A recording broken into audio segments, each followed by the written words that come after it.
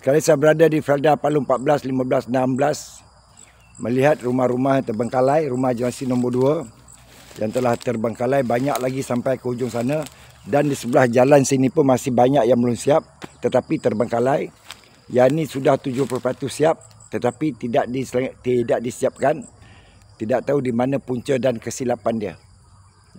Bukan kita nak mencari kesalahan siapa, tapi kita nak kerajaan menjawab. Pihak Felda menjawab apa yang menyebabkan perkara ini terjadi.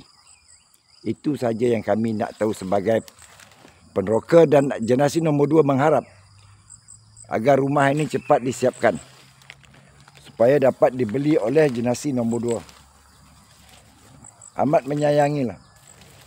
Di Felda 14, 15, 16. Palung Felda 14, 15, 16. Felda Palu 14, 15, 16. Saya ulangi, Felda Palu 14, 15, 16.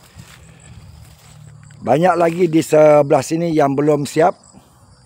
Baru naik blok.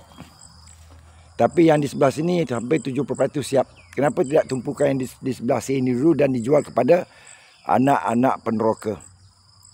Ini amat malang. Jenasi nombor 2 mengharap agar rumah ini segera disiapkan. Dan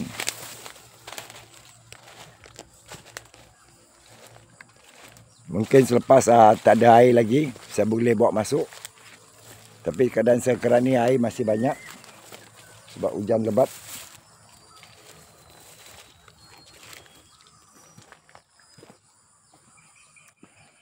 Amat sayanglah bagaimana keadaan rumah Felda ini terbengkalai.